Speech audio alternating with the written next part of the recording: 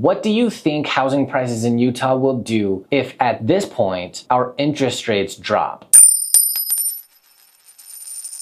How's it going? My name is Christopher McGee. I'm the owner of Halcyon Real Estate, affiliated with the Keller Williams Market Center in Salt Lake City, Utah. Today is the 19th of September, 2024, and this is the Numbers and the Nuance. This is where you come weekly in order to understand exactly what is going on in Utah's housing market. So as always, I'll give you my nuanced breakdown of what I think the trends are telling us, and then I'll show you all the charts and graphs that I create using the numbers right off of the MLS. Let's go ahead and jump right in.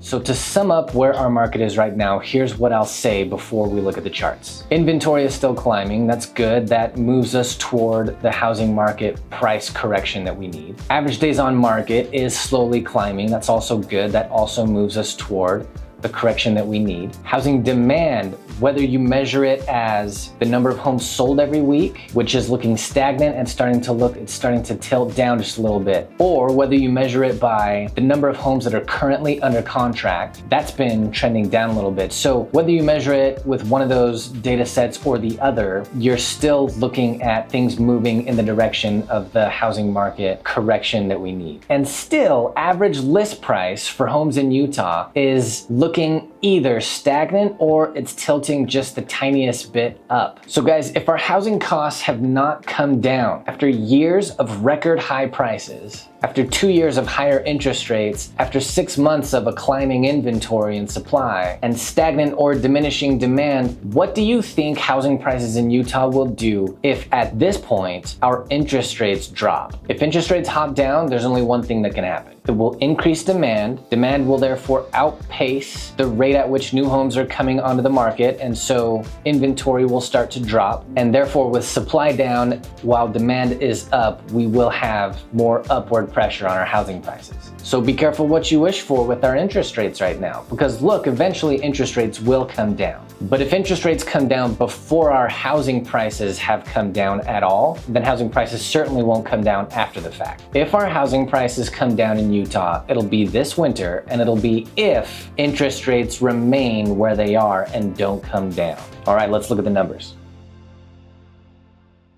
First, as always, is our inventory. Still coming up. We're sitting at 10,869 homes currently available for sale in Utah, and that's obviously trending up. Our average days on market, the amount of time it takes for a home to get an offer that the sellers accept, this last week that was 50 days. So up another couple of days from the previous week, and this is still trending up. Our graph shows it trending down overall from the beginning of the second quarter. But if you look at the last third of this graph, you'll see that from 2/3 of the graph over for the last third, it's been trending up. Average list price for homes this last week in Utah came to $678,876, up from the previous week. And this graph is making it look like it's still stagnant, but if it's not perfectly level, then it's up just the tiniest bit. Average sold price came to $664,477. So the difference between average list price and average sold price came to $14,399 in the buyer's favor, up a little bit closer to no difference than the previous week, but this looks to be trending down further away from no difference between list price and sold price. Okay, the number of homes sold last week was 548, up a bit from the previous week. This still looks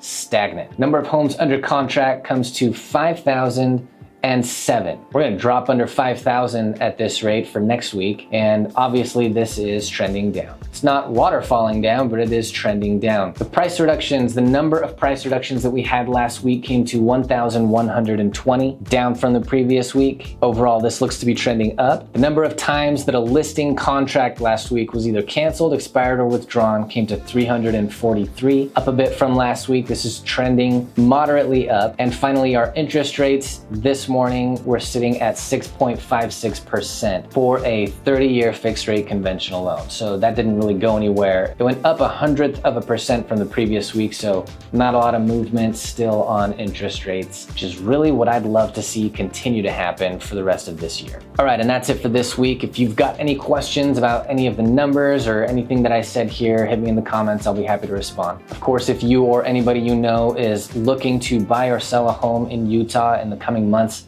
I hope you're comfortable reaching out to me. I'll be happy to work with you. Make sure you're always in the know. Make sure you're well educated on everything that you need in order for your move to happen with as little anxiety as possible. And as always, if you'd like to stay educated on the Utah housing market, there is no better way than to hit that subscribe and stay updated on it with me every Monday, week to week. Thanks for watching this one, guys. I'll see you in the next one.